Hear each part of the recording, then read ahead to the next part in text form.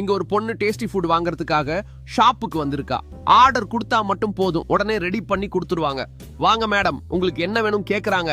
எனக்கு டேஸ்டியான பர்கர் வேணும் அப்படின்னு சொல்றதுக்கு முன்னாடி ஒரு வயசான தாத்தா எனக்கு டேஸ்டியான ஃபுட் கொடுங்க ஆர்டர் கொடுக்கறாரு.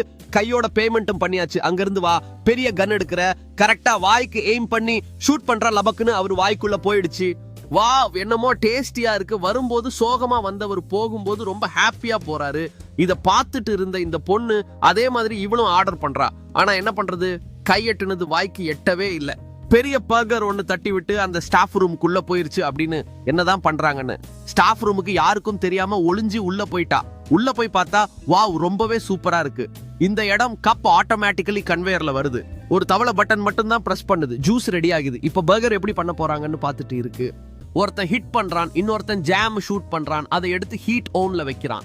ஒரு பிளேட் 3 பர்கர் வச்சு கன்ல லோட் பண்ணி வாய் எய்ம் பண்ணி ஷூட் பண்ணா கரெக்டா டேஸ்டியான பர்கர் கேட்ச் பண்ணிட்டாங்க. நீங்களும் வீட்ல இந்த மாதிரியான டேஸ்டி பர்கர் ட்ரை பண்ணி இருக்கீங்களா? அது எந்த அளவுக்கு டேஸ்டியா இருந்ததுன்னு கமெண்ட்ல சொல்லுங்க. இந்த கதை பிடிச்சிருந்தா லைக் பண்ணுங்க.